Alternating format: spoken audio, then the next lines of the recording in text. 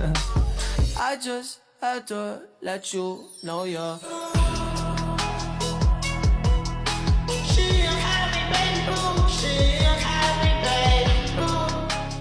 Baik, Assalamualaikum warahmatullahi wabarakatuh.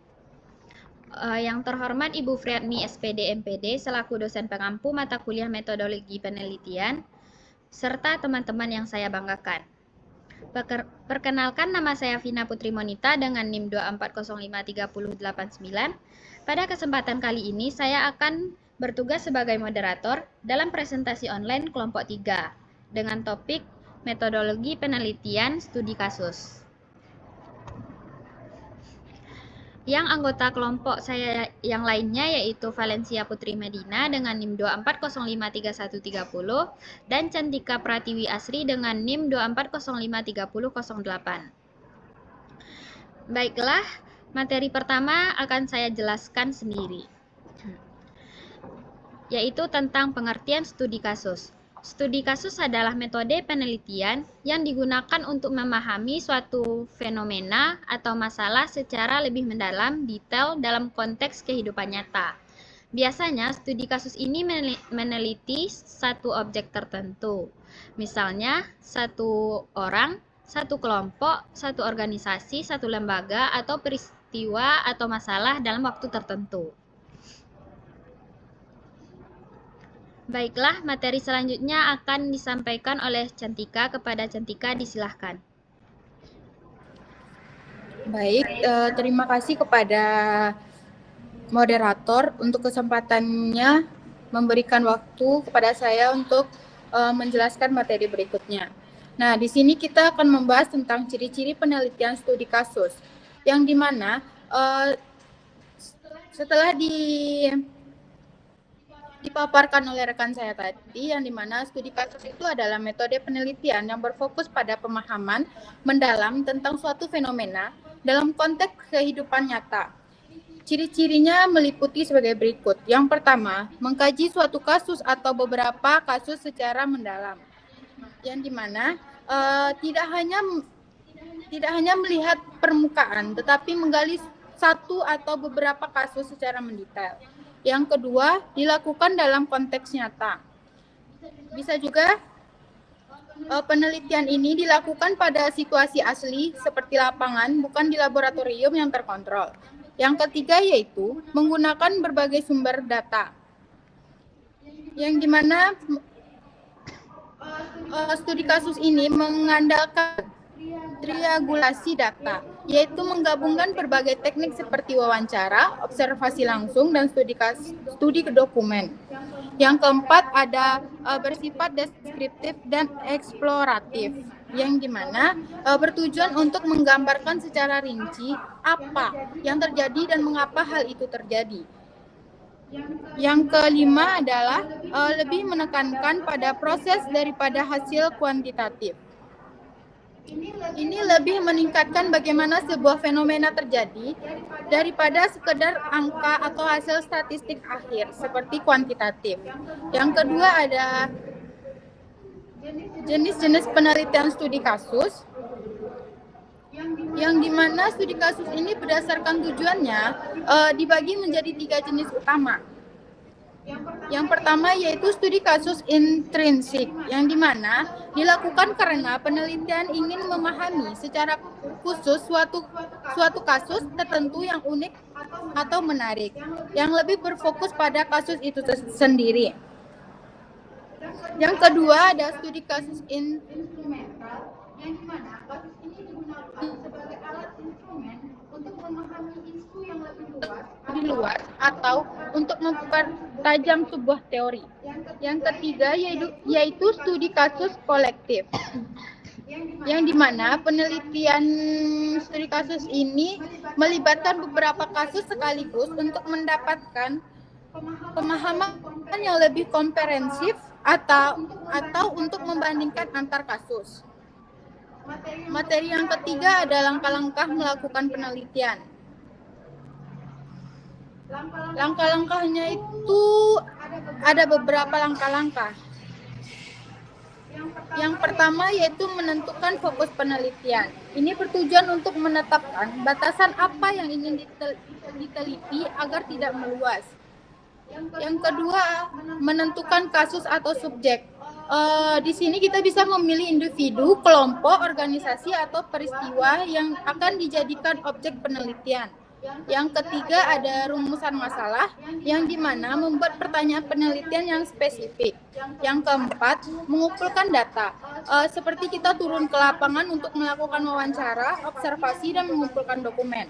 Yang kelima ada analisis data, yang dimana kita mengolah informasi yang dapat untuk menemukan pola atau tema tertentu. Yang terakhir yaitu menarik kesimpulan, yang dimana kita menyusun jawaban atas rumusan masalah berdasarkan analisis data yang telah ditentukan. Baiklah, hanya itu materi yang saya sampaikan. Saya kembalikan ke moderator. Baik, terima kasih kita ucapkan kepada Cantika yang telah memaparkan paparan materi tadi. Dan selanjutnya, masuk ke materi selanjutnya. Contoh penelitian studi kasus akan disampaikan oleh Valen. Kepada Valen, disilahkan. Baik, terima kasih kepada moderator. Saya akan melanjutkan materi dari rekan saya, yaitu contoh penelitian studi kasus.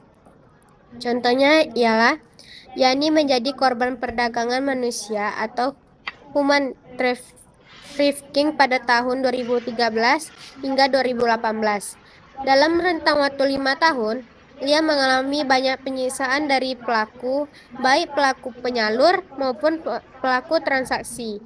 Ia mengalami banyak penyiksaan baik fisik, seksual maupun psikis. Selama itu pula, ia kerap melakukan percobaan bunuh diri. Ia merasa malu, tidak berharga, tidak bernilai, dan berbagai emosi negatif lainnya. Tindakan yang ia lakukan berakhir sebagai upaya untuk menyakiti dirinya. Semua itu dilakukan lantaran ia menganggap hal tersebut sebagai media pembebasan dirinya. Hingga pada akhir tahun 2018, Yani berhasil kabur dan mencari pertolongan. Setelah itu, ia dibawa ke layanan pemulihan bagi para penyintas kasus perdagangan manusia. Kondisinya saat itu sangat tidak baik. Ia kerap menangis histeris hingga beberapa kali melakukan percobaan bunuh diri. Akan tetapi, pada akhir tahun 2019, setelah 1 tahun melewati masa pemulihan, kondisi Yani jauh membaik. Ia nampak bisa bangkit dan perlahan pulih menjadi dirinya sendiri. Ia mampu menghadapi fase hidup yang membuatnya berkali-kali ingin mengakhiri hidupnya. Selama proses pemulihan sepanjang 1 tahun, Yani menunjukkan perubahan besar yang membuatnya bisa menerima apa yang sudah ia lalui. Hal ini jelas menunjukkan bahwa Yani memiliki resiliensi setelah mengalami kasus perdagangan manusia. Nah, dari contoh ini dapat kita simpulkan bahwa studi kasus itu mampu menggali proses perubahan seseorang mendalam dan cocok untuk meneliti masalah kompleks seperti trauma dan pemulihan psikologis. Materi selanjutnya itu tentang kelebihan dan kekurangan penelitian studi kasus. Kelebihannya yang pertama yaitu sumber daya yang tersedia untuk penelitian selalu langka. Yang kedua, biaya yang tidak terlalu besar. Yang ketiga, peneliti membandingkan dapat. Yang keempat, sejumlah pendekatan yang berbeda. Yang kelima, terhadap suatu masalah. Kekurangannya yaitu dari segi statistik, cara pengambilan kesimpulan tidak absar. Yang kedua, menyita waktu. Yang ketiga, adanya efek head-horn, yaitu subjek berubah karena merasa diteliti. Materi selanjutnya itu cara penulisan penelitian studi kasus. Pada bab pertama yaitu ada pendahuluan. Isinya pendahuluan itu ada latar belakang, rumusan masalah, dan tujuan penelitian. Yang bab kedua, tinjauan pustaka. Tinjauan pustaka ini berisi tentang teori yang relevan, penelitian terdahulu. Yang ke bab 3, metode penelitian. Metode penelitian ini biasanya berisi tentang jenis penelitiannya, lokasi dan subjek, teknik pengumpulan data, dan teknik analisis data. Yang keempat ada hasil dan pembahasan, dan yang kelima kesimpulan dan saran. Sekian materi dari saya kembalikan kepada moderator. Terima kasih kita ucapkan kepada Valen yang telah memaparkan paparan materi tadi. Dan selanjutnya kesimpulan dari diskusi kelompok kami yaitu, jadi penelitian studi kasus ini adalah sebuah metode penelitian yang bertujuan untuk memahami suatu masalah. Jadi masalah ini bisa kita pahami secara mendalam dan detail, serta menyeluruh dalam konteks nyata atau dalam kehidupan nyata. Jadi metode ini berfokus pada satu kasus saja. Maksudnya itu, metode ini berfokus pada satu kasus tertentu dengan menggunakan berbagai sumber data untuk memperoleh gambaran yang lengkap serta relate. Maksudnya itu konkret dengan kehidupan nyata dan tidak dibuat-buat.